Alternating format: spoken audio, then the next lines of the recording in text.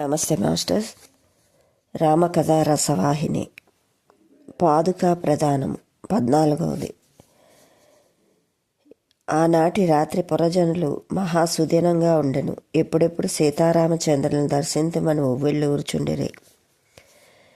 చతురంగ బలములను సన్నాహం చేసిరి. అగ్నిహోత్రములు చేయుటకు తగిన సామగ్రి ఏర్పాటు కావించుకొనిరి. పండితులు రథముల్లో వాహనముల్లో సైతం వేదపారాయణములు చేయుచూ ఉండవలనని మంత్రి ఆజ్ఞాపించెను.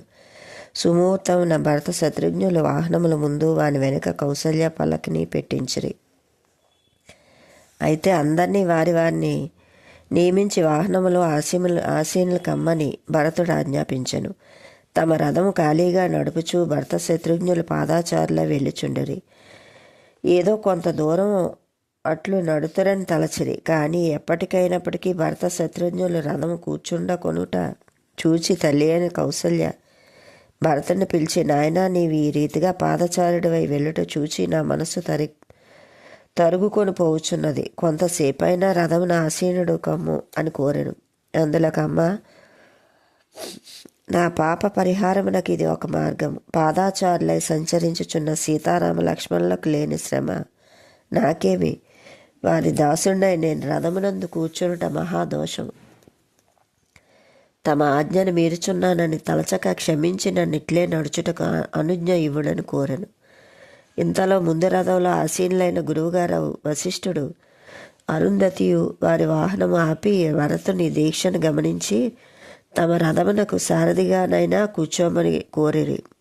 క్షమించమని కోరుతూ భరతుడు, రామరథమునకు మాత్రమే నేను దాసుడను. అంతవరకు ఏ రథమునకు నేను ఎక్కను, ఏ గుర్రమును చేపట్టను. ఇదే నా ప్రతిజ్ఞ అని తెలిపాను.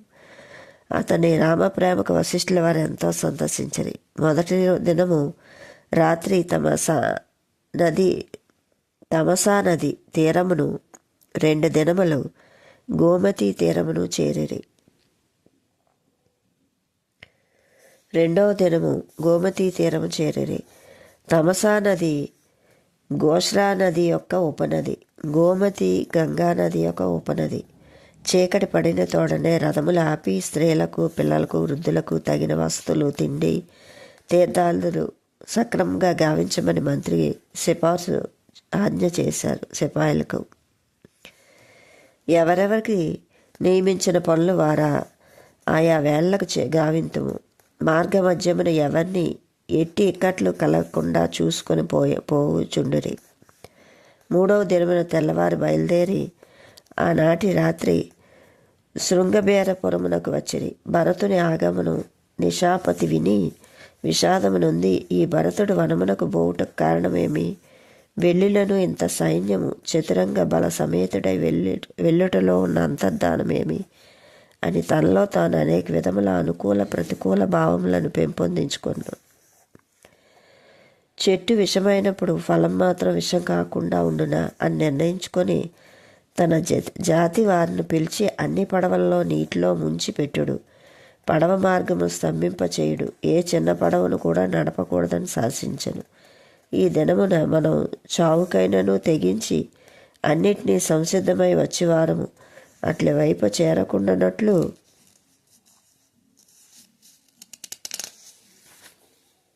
చూడవలనని ఆజ్ఞాపించెను. ఇంతలో నిషాధిపతి ధనుర్బాణములు తెప్పించెను.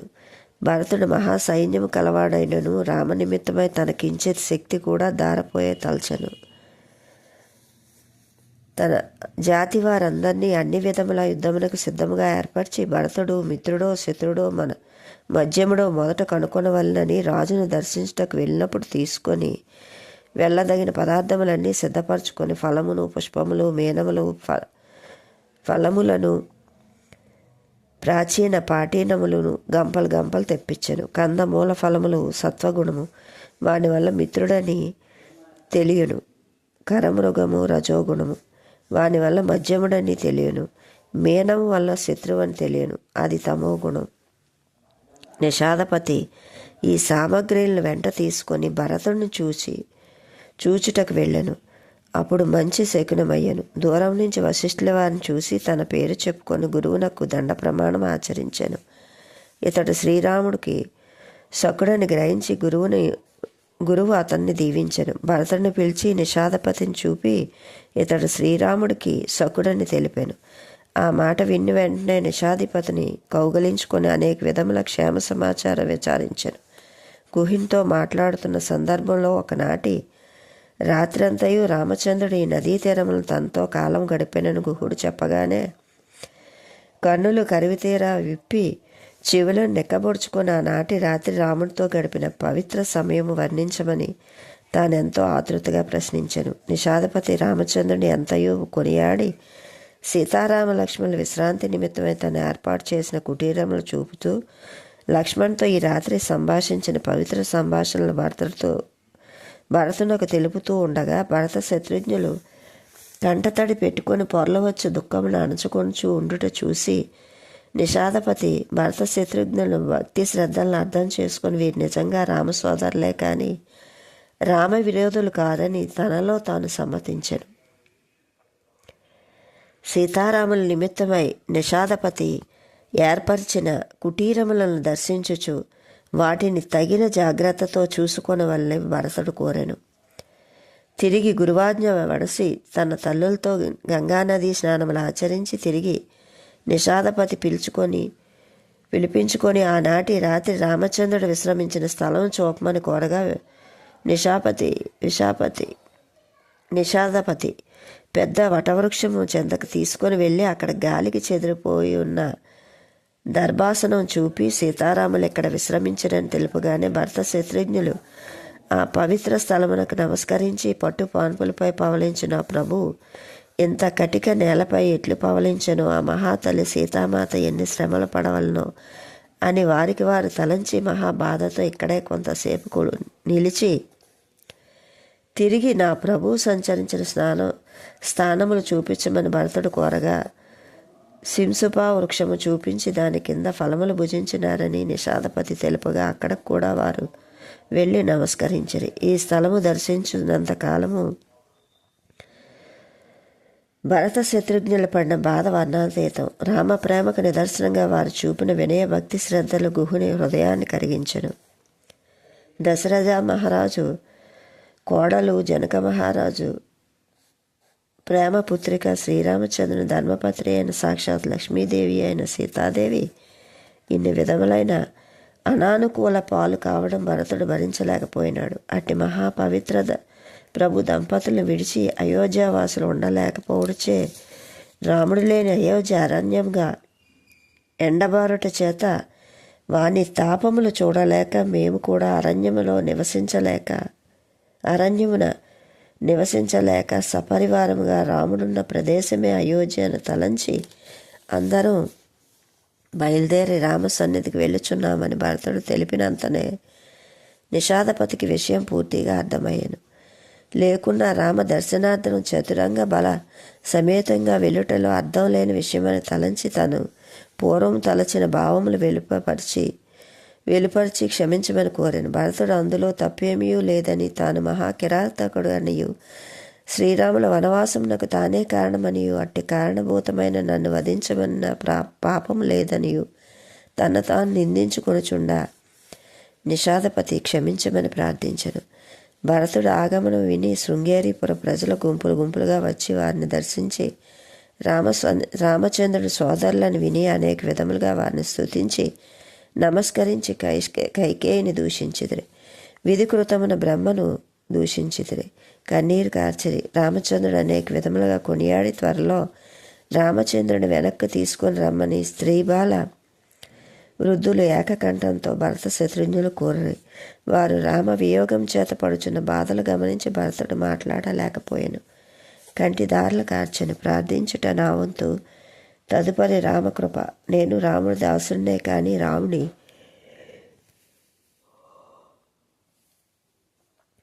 నిర్బంధ పెట్టుటకు నేనెంతటి వాడను. మీరు కూడా మీ హృదయంలో రామచంద్రుడు అయోధ్యకు తిరిగి చేరవలన రాముడినే ప్రార్థింపుము. ఈ విధమైన మీ ప్రార్థనల వల్ల నా ప్రార్థనలు సహాయపడును. మన అందరి ప్రార్థనల చేత రామ హృదయం కలుగక మానదు. ఇదియే మన కర్తవ్యం. లోకోద్ధారకుడైన రాముడు లోకుల అభీష్టం కాదనలేడు కదా అని వచ్చిన ప్రజలకు తగిన రీతిగా సమాధానం ఇచ్చాను. ఇంతలో చీకటి పడెను. ప్రజలను వారి వారి గృహములకు వెళ్ళుటకు నిషాదపతితో తెలిపి ఆ రాత్రి నిషాదపతి తెచ్చిన ఫలములు భుజించి రాత్రి అంతయు రామ విషయములే మాట్లాడుతూ కాలం గడిపి తెల్లవారుచున్న ప్రజలు మేలుకొల్పమని మంత్రికి తెలిపి తమ్మునితో తల్లులతో పవిత్ర గంగా స్నానం ఆచరించి ముందు కొనసాగించమని వలసిన ప్రయాణములకు సిద్ధపడ్రి. నిషాదపతి పడవులను తగినన్ని ఏర్పాట్లు చేసి అయోధ్య ప్రజలను రథములు గుర్రములు అన్నిటినీ దాటించెను. అటువైపు చేరిన తర్వాత అందరూ వచ్చింది లేనిది ఒక పరి విచారించి నిషాదపతి మార్గమును చూపించుచుండ భరతుడి పరివారంతో అతను అనుసరించెను. బ్రాహ్మణులు వశిష్ఠుల వారు ఒక గుంపుగా, ప్రజలందరూ ఒక గుంపుగా కొంత దూరం నడిచిరి. 3వ యామము భరతుడు పరివారంతో ప్రయోగకు వచ్చి చేరెను. భరతుడు ఏనాడు ఇంత దూరమైన పాదచారి అయి ప్రయాణం చేయనందున పాదములు పొక్కులు కట్టి చితి మంటలు పెట్టెను. అయినను వాటిని లెక్క చేయక తన బాధలన్నింటినీ రామబాధగా భావించెను. ఈ విధమైన బాధలు రాముడు ఎన్ని విధములుగా అనుభవించెనోనని రామప్రేమను తలుచుచూ తన విషయమును మరచెను. అందరూ పవిత్ర త్రివేణి స్నానమును ఆచరించి ప్రయాగవాసులై వైశాఖనసులు, బ్రాహ్మణులు, గృహస్థులు, ఉదాసీనులు, దిగంబరులు, యోగులు, ఋషులు మొదలగు వారందరూ భరతుని చూసి ఆనందించరి. ఇతని వర్చస్సు శ్రీరామచంద్రుని పోలి ఉన్నది. నిజముగా ఇతనే శ్రీరామచంద్రుడా అన్నట్టు వారి కండ్లకు కనిపించెను. చూసి ప్రతివారు రెప్పవాల్చక నిల్చుని చూచుచుండెరి. రాముని సోదరుడైన భరత శత్రుఘ్నులు చతురంగ బల సమేతుడై తల్లులతో మంత్రులతో ప్రయాగ చేరుకున్నారన్న వార్త భరద్వాజ ఆశ్రమవాసులకు తెలిసెను. భరద్వాజ మహర్షి తమ శిష్యులను పంపి ఆశ్రమునకు ఆహ్వానించెను. మహర్షి ఆజ్ఞానుసారం భరతుడు తమ్ముడితో ఆశ్రమం ప్రవేశించెను. మునిరాజునకు ఇరువురు నమస్కరించరి. భరద్వాజ మహర్షి వారిని లేవనెత్తి ఎంతో వాత్సల్యంతో వారిని దగ్గర చేర్చుకొని చల్లని పానీయములు తెప్పించి ఇచ్చాను. ఇంతలో మహర్షి తను ఏమి ప్రశ్నించునో ఏమి అడుగునో అని భరతుడు లోలోన భయపడుతూ సిగ్గుచే శిరస్సు వంచుకొని విచారంగా నుండునట్లు కనిపించెను. మహర్షి భరతుని స్థితిని గమనించి, భరత భయపడనక్కర్లేదు, నాకు సర్వము విదితమే, విధికృతములు ఒకరి అధీనములు కావు కదా. నీ తల్లి కోరిన కోరికను నీవు తలచి విచారించ పని లేదు. ఆమె దోషం ఇందులో ఏమాత్రము లేదు. దైవ సంకల్పమే ఆమె బుద్ధిని ఆ రీతిగా మార్చినది. కైక శ్రీరాముడన్న మహాప్రాణం. అట్టి తల్లి ఎంతటి కఠిన చర్యకు పాల్పడినైనా దైవకృతమే కాని మానవ మాతృల ప్రయత్నం కాదు. లోక వాడుక ప్రకారం కైక దోషి, వేదాచార ప్రకారం సరస్వతి దోషి. వీరిరువురు పరమాత్మకు సమ్మతమే. ప్రభు స్వేచ్ఛానుసారం సర్వము జరిగెను. భరత, నీ నిర్మల కీర్తిని గానం చేయటం వలన లోకములకు వేదములకు గొప్పతనం వచ్చును. ఏ కుమారునికి తండ్రి రాజ్యం ఇచ్చినా వాడే రాజ్యం చేయటకు అర్హుడని లోక సిద్ధాంతము. అదే వేదవాక్యము. ఈ సత్యసంధుడు మహాత్ముడు దశరథ మహారాజు నిన్ను పిలిచి నీకు రాజ్యం ఇచ్చి రాజ్యధర్మములు అనుసరించి ప్రవర్తించమని చెప్పాను. శ్రీరామున వనగమనము సకల అనర్థములకు మూలమయ్యను. శ్రీరాముని వనగమనము సకల అనర్థములకు మూలయ్యేను. అందులకు లోకమంతయు విచారించెను. ఇప్పుడు నీ తల్లి పూర్వము తాను చేసిన పనికి విచారించెను. ఈ విషయంలో నీ అపరాధం ఏమీ లేదు. నీవు రాజ్యమును ఏలినను పర్వాలేదు. నీవు రాజ్యం ఏలుచున్న విషయము విన్నవి శ్రీరాముడు కూడా సంతసించెను. అంతేకాదు, నీవు ఇప్పుడు పూంచున్న పని శ్లాఘనీయము. నీ ఉద్యమము సర్వోత్కృష్టము.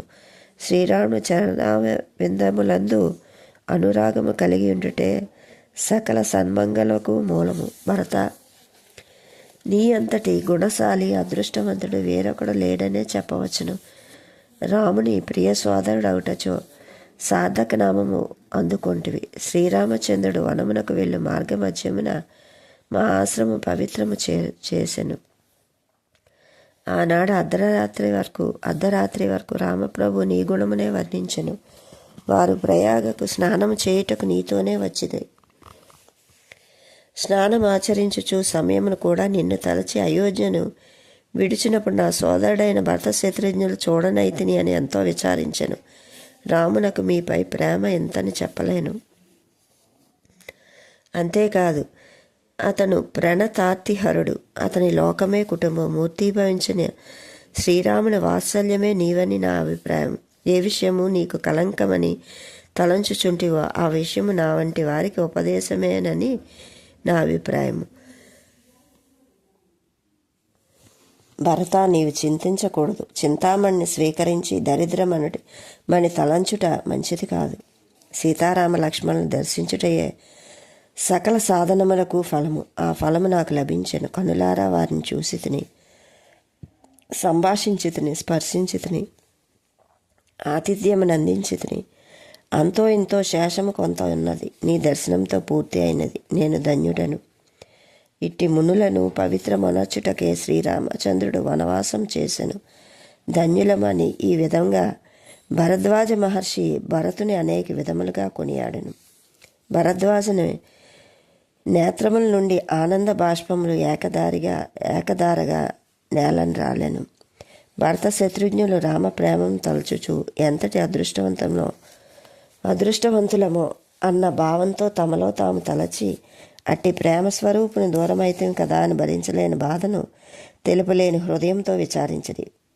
భరతుడు గద్గద స్వరంతో మహారుషుల వారికి నమస్కరించి, స్వామి, మీరు త్రికాల జ్ఞానులు. మీ వాక్యములు పరమ సత్యములు. రామచంద్ర ప్రభు సమర్థుడు, సర్వజ్ఞుడు అయినను తమ సన్నిధి అందు పరమ సత్యమునే పలక్క తలంచితిరి. జనులు మనోభిప్రాయము రామచంద్ర ప్రభువుకు తెలియను. మా తల్లి చేసిన దూర్వాపారమునకు దుఃఖము లేదు. లోకులు నన్ను దూషించుదురు అను భయము లేదు. పరలోకము నాకు దక్కలేదేమో అన్న విచారం కూడా లేదు. మా తండ్రి కీర్తిమంతుడు, మృతజీవుడు. వారి కీర్తి లోకమంతయు వ్యాపించెను. ప్రియపుత్రులైన రామలక్ష్మణుల వారి గర్భమున పుట్టిరి.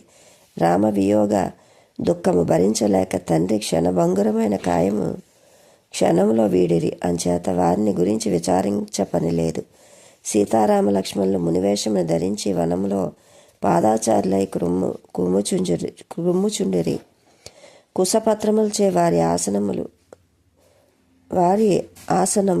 కుశపత్రములే వారి ఆసనములు, తరుఛాయలే వారి నివాసములు. ఎండలకెండి వానలకు తడిచి చలిభారములు కోర్చి వనములో వారు తిరుగుచుండేరు కదా.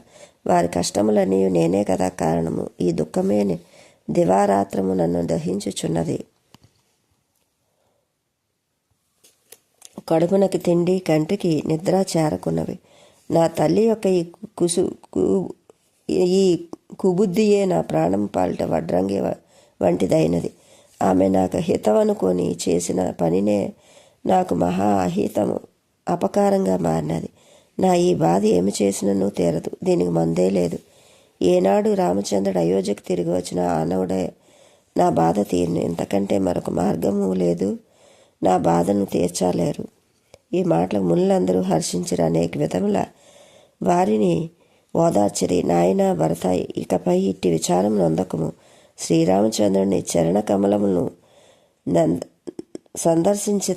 సందర్శించినంతటనే నీ విచారములన్నీ పటాపంచలైపోవును అని ఈ విధంగా మునులు భరతుని ఓదార్చిరి. భరద్వాజ మహారుషులు వారు తమ శిష్యుని పిలిచి భరత శత్రుఘ్నులకు కందమూల ఫలాదులకు తెచ్చిపెట్టమని ఆజ్ఞాపించెను. రామ సందర్శనాభిలాషులై అనేక ఇక్కట్లు సైతం ఓర్చుకొని రామ వియోగ బాధతో కుములుతున్న అయోధ్య ప్రజలకు, మంత్రులకు, పరివారములకు తగిన ఆహారములు ఏర్పాటు చేయనట్లు శిష్యులకు ఆనతిచ్చిరి. గురువాజ్ఞను శిరసాహించి క్షణంలో పరివారమునకు ప్రజలకు తగిన రీతిగా ముష్టానం ఏర్పాటు చేసిరి. భరతునకు, శత్రుఘ్నులకు, వారి కుటుంబము వారకు, మంత్రులకు, పండితులకు, బ్రాహ్మణులకు అత్యంత వైభవంగా విందులు ఏర్పాటు గావించిరి. మహాముని తపో మహిమతో క్షణంలో గావించిన అద్భుతమైన ఏర్పాటుకు భరతుడు సంతసించెను. అయితే ఈ వైభవం భరత శత్రుఘ్నులే కాక అయోధ్యవాసులకు సైతము తృణపాయం వలె కనిపించెను. సుగంధ ద్రవ్యములు, పూలగుచ్చములు, ఫలములు, వివిధ రకములైన భోజన పదార్థములు చూసుటకు చాలా వింతగా ఉండెను. భరత శత్రుఘ్నులై ఏర్పరిచిన 2 ఉన్నత ఆసనములు వర్ణించ వీలు లేకపోయిన ముని ఆజ్ఞను శిరసావహించుతూ అయోధ్యవాసులు పరివారములు, మంత్రులు, పండితులు, బ్రాహ్మణులు అందరూ సుందరమైన మందిరమును ప్రవేశించిరి. వశిష్ఠుల వారికి వారి ధర్మపత్నికి ప్రత్యేక ఉన్నతాసనములు ఏర్పరిచిరి. అందులో వారు ఆసీనులైరి. ఇక రాణులు వారి వారి స్థానమందు పరదాలయందు మహావిచారంతో చేరిరి. ముని శిష్యులు భరత శత్రుఘ్నులు ఆశ్రమ మర్యాదలతో వింజామరలు వీచుచూ తోడ్కొని వచ్చిరి. ఆసనమున చెంతకు వచ్చి తోడనే భరత శత్రుఘ్నులు శిరస్సు వంచుకొని నమస్కరించి ముని శిష్యుల హస్తమందున్న వింజామరలు తీసుకొని 2 ఉన్నత సింహాసనములకు అటొకటి ఇటొకరు నిల్చొని వింజామరలతో ఆ సింహాసనములకు సేవ సలిపిరి. చేరిన అయోధ్యవాసులు ఎవరూ ఆసీనులు కానట్టు ఆ సింహాసనముకు సేవ చేయుచున్న భరత శత్రుఘ్నులు చూసి ఆశ్చర్యపడిరి. Okay masters, like, share, subscribe. Thank you.